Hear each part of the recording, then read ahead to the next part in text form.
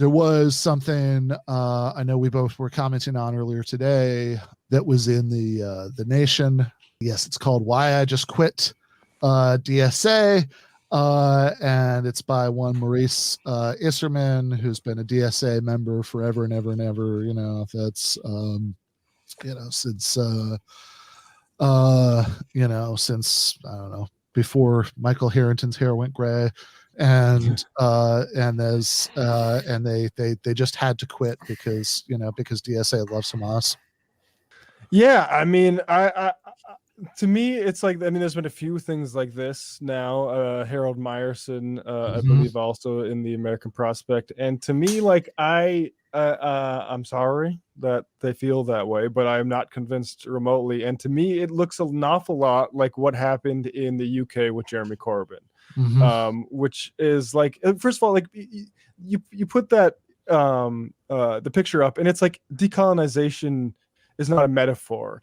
And I'm sorry, like, to be interpreting these things as if they are calls for genocide, as Gaza is in fucking rubble right now, I think is just ridiculous of people. And there's not a whole lot of explanation for it besides people are super and this is the one I'll take, is that they're super scared, because otherwise, like it looks like how is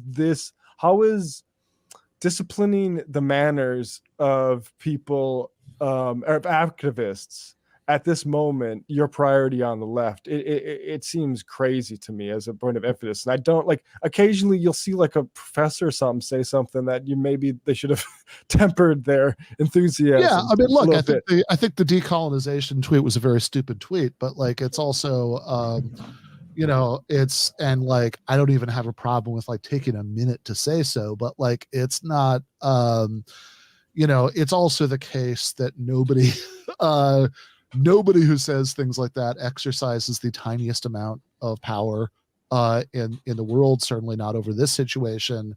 Nobody who says things like that holds a seat in Congress, or even is like, the head of like a local branch of a mid-sized trade union, like that's right. Like, it's so I think there's, I mean, I think that, and it's also just, I mean, some of this stuff just seems really dishonest to me. So I read this piece in the Nation, and Isserman does the same thing that Michelle Goldberg did in her New York Times piece from a week or two ago. The same thing that Helen Lewis did in the Atlantic. There are a bunch of these articles where they all focus on I think there are a couple of real things they point out, which are basically that DSA is a very decentralized organization, and like, some people, like, there are branches of DSA that are gonna say dumb things, and I don't have an objection to criticizing that. There is some stuff on a local level they can point to that's real. I think the description of the national organization and what it's done and not done is often extremely inaccurate. The statement that DSA National put out, in fact, the first day did include a line about being opposed to all targeting of civilians. And all of these articles leave that out because it would wreck the narrative.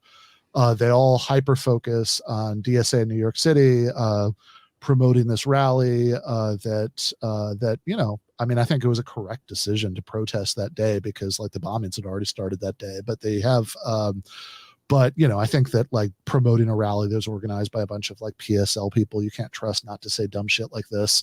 I think that's a mistake. I think, maybe you organize one of your own.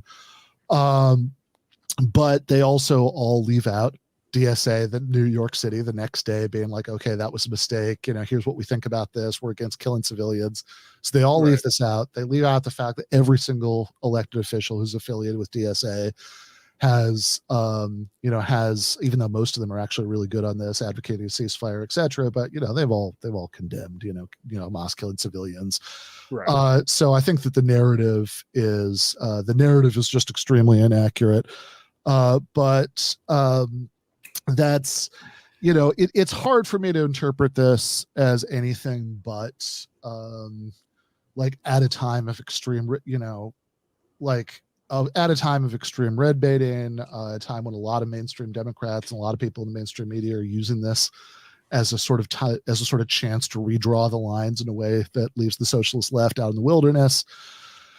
This all has a rats fleeing fleeing the, what they think is the sinking ship feel to me. I gotta say though that what's interesting is like bring it on. Like I feel like this, and I think a lot of cases, and the UK obviously they wielded this accusation to horrible effect on the Labour Party compared to what it could have been under Corbyn. But I just think like Richie Torres hyperventilating on Twitter for 4 days straight. Like you want to continue as we're all seeing what's happening.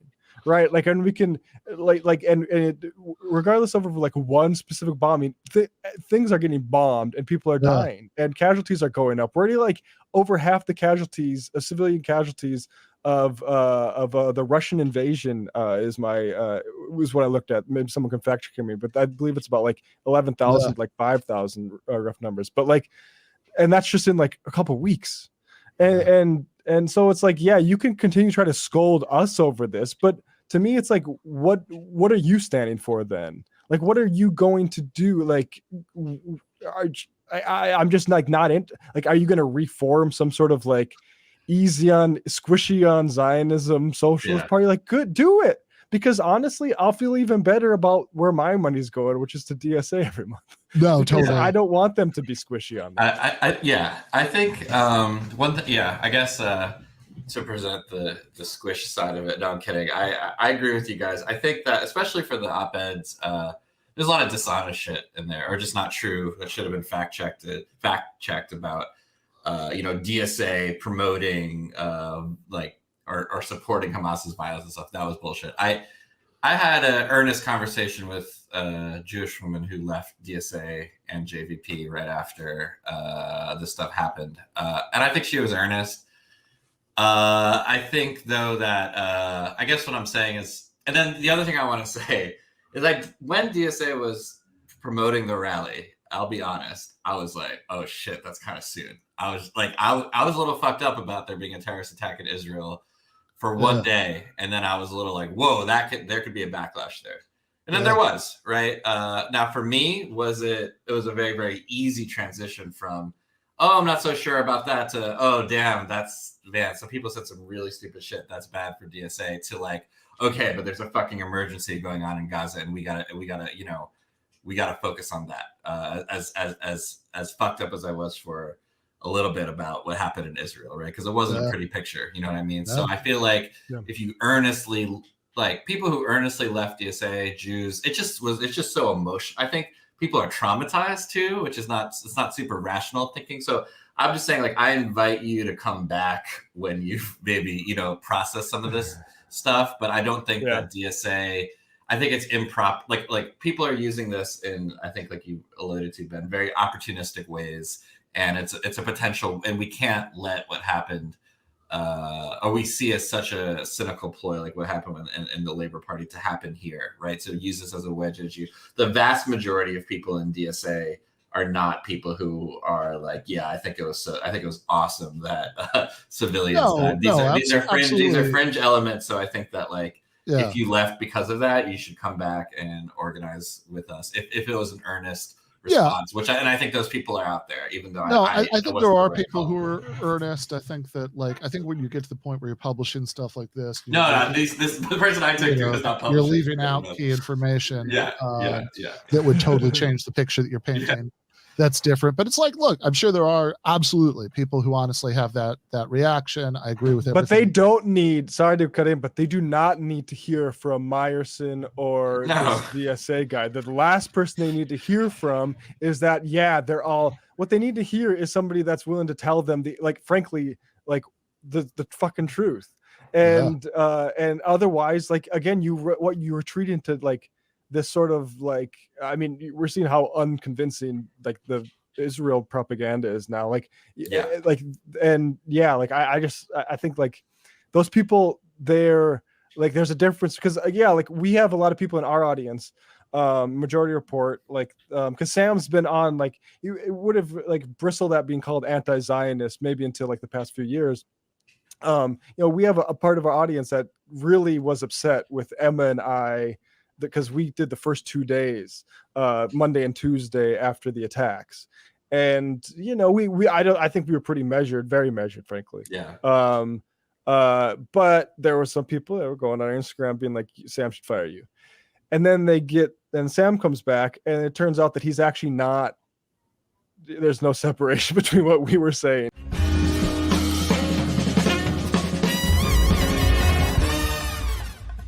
You have been watching free public content from Give Them an Argument. To access every single episode of the show, the main show on Monday nights, all of the streams, all of the debate breakdowns, all of the patron-exclusive post-games on Monday nights, all of the patron-exclusive bonus episodes every week, and much, much more, go to patreon.com/Ben Burgis. I cannot resist ending this with, don't be foolish.